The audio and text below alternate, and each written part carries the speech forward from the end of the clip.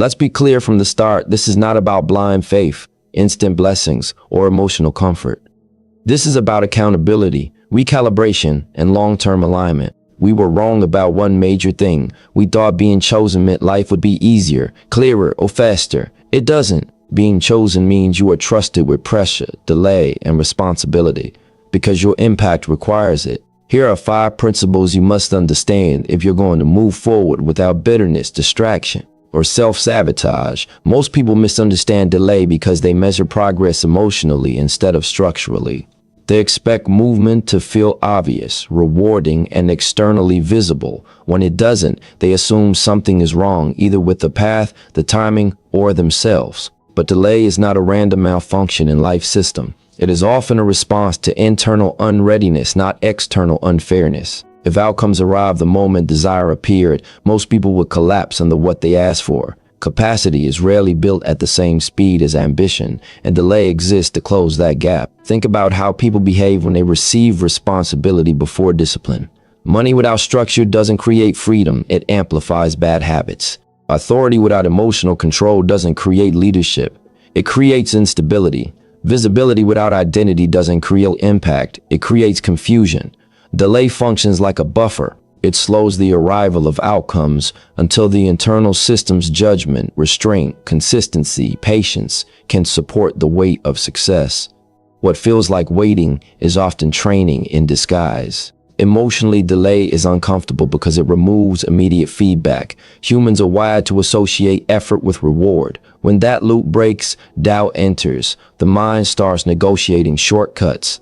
People begin to ask whether the work is worth it, whether another path would be easier, whether persistence is naive. This is where many quit, not because the path is wrong, but because the reward schedule is longer than their emotional tolerance. They mistake silence for rejection, when it is often a test of endurance. You can see this in everyday situations. Someone commits to improving their health. The first weeks are discipline heavy and result light. The scale barely moves, energy fluctuates, habits feel forced. Many stop there, concluding it doesn't work. But what's really happening is that the body is adjusting internally before external change becomes visible. The same applies to skill building, financial stability, and personal growth. Early effort rearranges foundations, not outcomes. If you quit during foundation building, you never experience compounding. Delay also filters intention. When results come slowly, only those with a clear reason continue. People who were driven by ego, validation, or comparison fall off early. What remains are those who can tolerate boredom, repetition, and uncelebrated consistency. That filtering process is not accidental. It's how long-term success stays rare. If rewards were immediate, everyone would persist. Delay preserves quality by discouraging those who aren't built for sustained focus. Another overlooked aspect of delay is decision refinement. When outcomes don't arrive instantly, you are forced to think. You observe patterns, track behavior, notice inefficiencies. You learn where effort leaks. You become more precise. Fast success often skips this stage. Slow progress forces it. Over time, this produces individuals who understand cause and effect at a deeper level. They know which actions move the needle and which are just noise. That clarity becomes an advantage later when speed actually matters. Delay also exposes attachment to timelines that were never grounded in reality. Many people adopt expectations based on stories, not statistics. They see highlights, not processes. They assume that if someone else reached a milestone in 2 years, they should too, ignoring differences in starting point, support, resources, and focus. Delay corrects these borrowed timelines. It forces you to operate based on your actual circumstances instead of imagined standards. This is uncomfortable, but it's honest. From a trade-off perspective, delay demands something specific: the willingness to invest effort without immediate confirmation. That is a rare skill. Most people require reassurance to continue. They need signs, praise, progress markers. Delay removes those comforts. The trade-off is clear. You exchange short-term certainty for long-term leverage. You give up the emotional relief of quick wins in return for outcomes that don't evaporate under pressure. There is also a behavioral consequence to delay that most people miss. When nothing seems to be happening, distractions become more tempting. Divided priorities creep in. People hedge their bets, splitting energy between multiple paths, hoping one will pay off faster. This usually backfires. Focus diluted by impatience rarely compounds. Delay requires concentration, not diversification of effort. The irony is that delay feels like wasted time, but distraction actually wastes it. Consider the difference between someone who stays committed during a slow season and someone who constantly pivots. The first builds depth, deeper skills, stronger judgment, more resilience.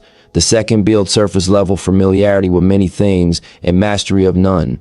Over years, the gap becomes irreversible. Delay rewards those who choose depth over novelty, even when depth is lonely and unglamorous. There is a psychological maturation that happens only during prolonged effort without payoff. You stop romanticizing outcomes. You stop chasing feelings. You start respecting systems. You learn to separate mood from responsibility. This shift is subtle but critical. People who experience it become less reactive, more strategic.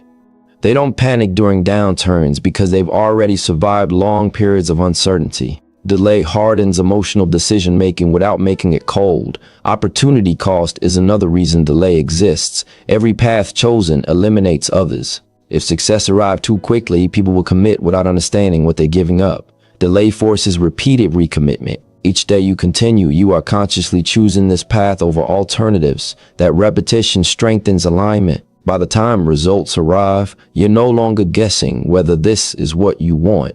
You've already paid for the answer in time and discipline. Many people interpret delay as a sign to quit when it's actually a signal to simplify. Instead of asking, why isn't this working yet? The better question is, what is unnecessary here? Delay often reveals inefficiencies, overthinking, poor habits, inconsistent execution, misaligned priorities. Those who use delay to subtract instead of abandon come out sharper. Those who quit miss the lesson entirely. The uncomfortable truth is that delay protects you from versions of success you're not ready to manage. It keeps you from becoming visible before you're stable, influential before you're grounded, rewarded before you're disciplined. People who bypass delay often pay later through stress, collapse, or loss of meaning. Delay spreads the cost over time, making growth survivable instead of catastrophic. If you look closely, delay is rarely empty.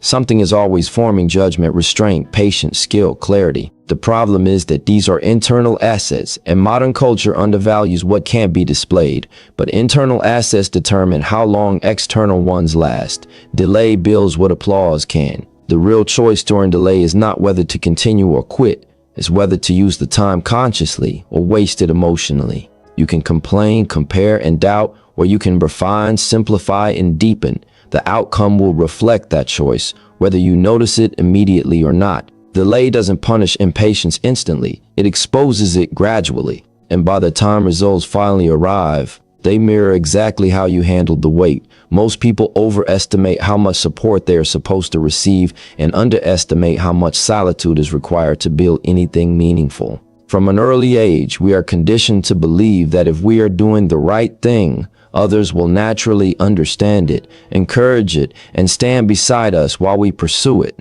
That expectation feels reasonable on the surface, but it collapses when tested against real human behavior. People don't resist your growth because they are malicious. They resist it because it disrupts the roles they are used to playing. When your direction changes, the relationship dynamics change, and most people prefer familiarity over potential. The first stage of solitude is emotional confusion. You assume distance means disapproval. You assume silence means you are doing something wrong. But often the opposite is true. Silence appears when your path no longer fits neatly into someone else's expectations. Support tends to exist where predictability exists. When your actions become harder to categorize, people step back not to harm you, but to regain their own sense of balance. This is uncomfortable because humans are social creatures. We are wired to calibrate ourselves through feedback. Solitude removes that mirror. The choice to continue without reinforcement is not heroic, it is practical. Every meaningful pursuit eventually reaches a point where outside validation stops. At that point, you either develop internal standards or you drift. People who cannot tolerate this phase begin adjusting their behavior to regain approval. They soften their ambition, explain themselves excessively, or delay progress to stay relatable. The trade-off is subtle but severe. You exchange long-term alignment for short-term comfort. Over time, that decision erodes respect both from others and from yourself. You can see this pattern clearly in work environments. Someone decides to improve their skills beyond their current role. They study after hours, take on difficult projects, think independently. Initially, there may be encouragement, but as the gap widens, discomfort emerges. Peers feel exposed, routines are questioned, comparison becomes unavoidable. Support turns into distance or mild resistance. At this point, the individual faces a decision: slow down to preserve harmony or continue forward alone. Each option has a cost. Harmony preserves social ease but caps growth. Solitude disrupts comfort but expands capability. Solitude is not the absence of people. It is the absence of agreement. It's being surrounded but not mirrored. This is where many misinterpret what's happening. They think they are being punished when they are actually being filtered. The path narrows not because it's wrong, but because it requires focus that most are unwilling to sustain. When fewer voices echo your direction, you are forced to listen to your own reasoning more carefully. Weak motives collapse under that pressure. Solid ones sharpen. There's also a discipline component to solitude that often goes unnoticed. When no one is watching, encouragement disappears and comparison fades. Your routines become honest. You find out whether you will show up without applause. Many people only perform when observed. Solitude removes performance incentives and leaves only commitment. That is why progress made in isolation tends to be more durable. It is built on habit, not mood. Misplaced focus during this phase can quietly undo everything. Some people respond to solitude by constantly seeking new groups, mentors, or audiences, hoping to replace what was lost. This scattering of attention feels productive, but isn't. Each new social orbit demands explanation, adjustment, and emotional labor. The cost is depth. Instead of building skill, clarity, or momentum, energy gets spent on being understood. Over time, this divided focus slows progress enough to justify self-doubt, creating a cycle that looks like confusion but is really avoidance. There's a financial parallel that makes this easier to understand. Long-term investing requires ignoring daily noise. Prices fluctuate, opinions shift, and narratives change. If you react to every signal, you never benefit from compounding. Solitude functions the same way. It protects you from overreacting to short-term feedback. It limits input so judgment can mature. The trade-off is emotional quiet, which many interpret as loneliness. But quiet is often the environment where clarity grows. Another uncomfortable truth is that some relationships only function when you stay smaller than your potential. Not because others are bad people, but because the relationship was built around a certain balance. When you change, the structure weakens. Solitude is sometimes the byproduct of outgrowing the context, not rejecting it. Holding on to those connections out of guilt delays adaptation. You remain mentally split, one part moving forward, one part preserving the past. That split shows up in inconsistent decisions, diluted effort, and chronic fatigue. People often say they value honesty, but most only tolerate it when it doesn't require change. Solitude emerges when your choices imply a different standard. Your discipline highlights inconsistency. Your focus exposes distraction. This creates tension, and distance becomes the simplest resolution. Interpreting that distance as a signal to stop is a misunderstanding of cause and effect. The distance didn't appear because the path is wrong. It appeared because the path is demanding. There is also a quiet confidence that develops when you stop explaining yourself. Explanation is often a form of seeking permission. When you remove that habit, decisions become cleaner. You act, observe results, adjust. This feedback loop is faster and more accurate than social consensus. Over time, your identity becomes anchored in evidence, not opinion. That internal stability is rare and valuable. The opportunity cost of avoiding solitude is significant. If you structure your life to remain agreeable, you limit the range of actions you're willing to take. You choose predictability over progress. That choice compounds just as powerfully as discipline does, but in the opposite direction. Years later, it shows up as regret disguised as rationalization. People say they were being realistic when they were actually being cautious to the point of stagnation. Solitude, when used correctly, is not isolation. It's selective engagement. You reduce noise to increase signal. You stop asking for consensus and start tracking results.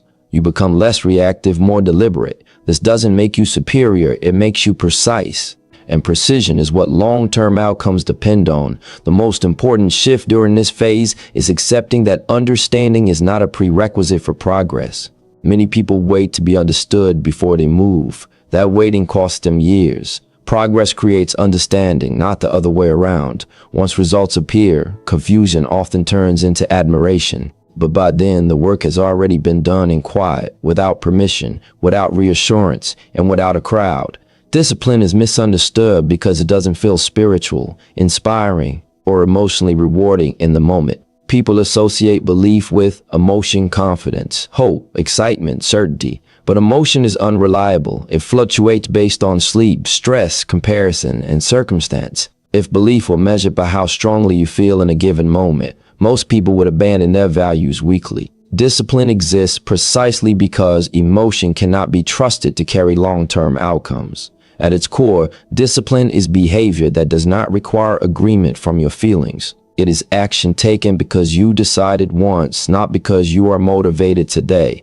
That distinction matters more than people realize. When you rely on motivation, you are outsourcing your future to a variable you don't control. When you rely on discipline, you reclaim authorship over your direction. The trade-off is obvious but uncomfortable. Discipline feels restrictive in the short term, while motivation feels freeing. The outcome reverses over time. Motivation fades and leaves nothing behind. Discipline compounds and creates options. You can observe this in ordinary life. Someone says they value health, but their behavior is inconsistent. They exercise when inspired, eat well when convenient, rest when exhausted. Nothing stabilizes. Another person follows a simple routine, nothing extreme, nothing dramatic, but they do it regardless of mood. Over months, the second person's results appear almost effortless, while the first feels stuck despite stronger intentions. The difference is not desire, it's behavioral reliability. Discipline exposes the gap between what people say they believe and what they actually prioritize. This is why it feels uncomfortable. It removes the ability to hide behind good intentions. You either show up or you don't. You either protect the habit or you let something else take its place. Over time, your schedule becomes a more accurate statement of your values than your words ever were. Most people overestimate what discipline demands. They imagine intensity, sacrifice, and constant self-denial. In reality, discipline is often boring. It's choosing the same simple action repeatedly. It's avoiding unnecessary decisions. It's setting limits so willpower isn't constantly drained. The discomfort doesn't come from difficulty. It comes from repetition without novelty. Humans crave variation. Discipline asks for consistency. That tension is why so many resist it. There is also a cost to not being disciplined that people rarely calculate. When behavior is inconsistent, energy gets wasted restarting. You spend mental effort recommitting, replanning, remotivating. Progress stalls, not because the goal is unrealistic, but because momentum keeps resetting. Discipline eliminates this friction. Once a behavior is non-negotiable, it stops consuming mental bandwidth. That freed attention can then be applied to improvement instead of maintenance. Consider work performance. A disciplined person doesn't wait to feel ready to begin. They start at the same time each day, regardless of mood. Over time, this builds a reputation for reliability. Opportunities follow reliability, not raw talent. The person who waits for inspiration may occasionally outperform, but they cannot be depended on. Organizations, markets, and systems reward predictability more than brilliance. Discipline creates predictability. Emotionally, discipline can feel isolating. When others are flexible, spontaneous, and reactive, the disciplined person appears rigid. They leave early, say no often, repeat routines. This can create friction in relationships. The trade-off is social ease versus personal alignment. People who avoid discipline to remain agreeable often sacrifice long-term progress for short-term harmony.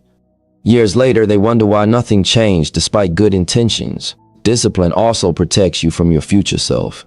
Everyone has moments of weakness, distraction, and doubt. Without systems, those moments dictate outcomes. With discipline, they pass without consequence. This is an important distinction. Discipline doesn't eliminate temptation. It reduces its impact. You don't need to win every internal debate if the decision was already made. This is why disciplined people appear calm. They are not constantly renegotiating with themselves. Misplaced focus quietly destroys discipline more than outright laziness. People try to do too much at once. They chase multiple goals, adopt complex routines, overload their schedules. When something breaks, they conclude they lack discipline. In reality, they lack restraint. Discipline thrives under simplicity. Fewer priorities mean fewer excuses. Focus is not about ambition, it's about exclusion. What you leave out matters as much as what you commit to. There's a financial parallel here as well. Long-term wealth is rarely built through dramatic moves. It's built through consistent contributions, controlled spending, and patience. People who chase quick gains often experience volatility that wipes out progress.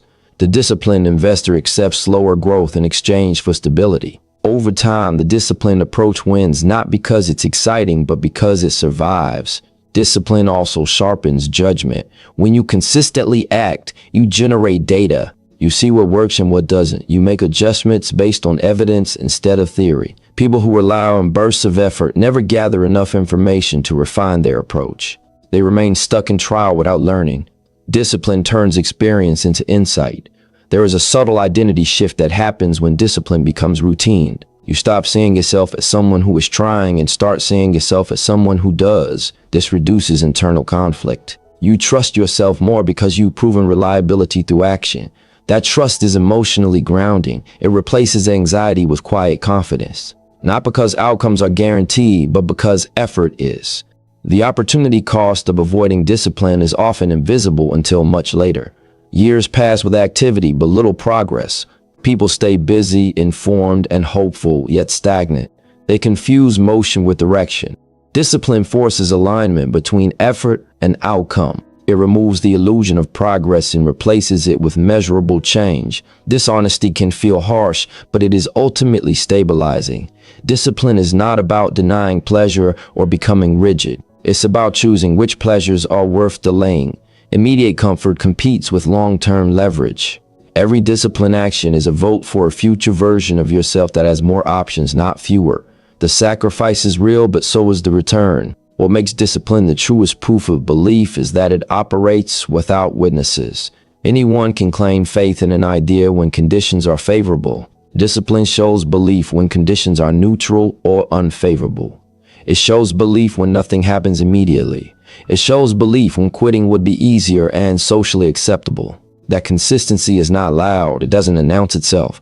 But over time, it reshapes circumstances in ways emotion never could. When discipline becomes your default, life becomes less chaotic. Not because challenges disappear, but because your response stabilizes. You stop overreacting to setbacks and underreacting to opportunities. You stay centered. That steadiness is rare, and it is built quietly. One repeated decision at a time. Loss is often mislabeled as failure because people judge outcomes by what disappears instead of what becomes possible afterward. When something ends, especially a relationship, role, or identity, it feels like regression.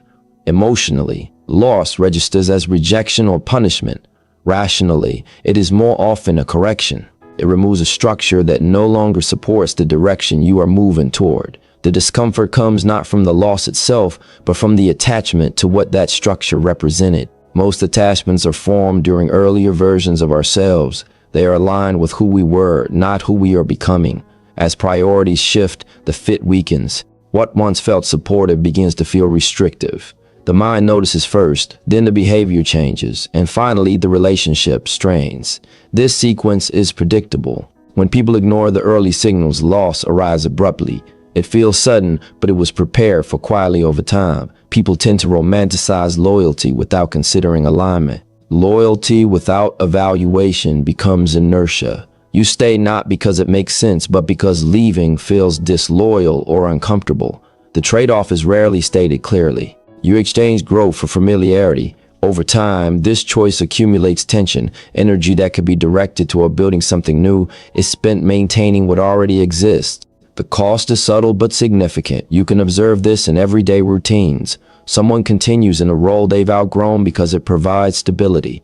The work no longer challenges them, but it is predictable. At first, this feels reasonable. Months pass. Engagement drops. Creativity fades. Irritation rises. The role hasn't changed, but the person has. Eventually, performance suffers or dissatisfaction becomes unavoidable. The eventual exit feels like failure, but it was actually the final step in a long process of misalignment. Loss often clarifies priorities that were previously blurred. When something is present, it consumes attention. When it's gone, that attention is released. The immediate instinct is to fill the space. This is a mistake. Space is not a problem to solve. It's an opportunity to observe. What remains when something leaves is often more revealing than what was there.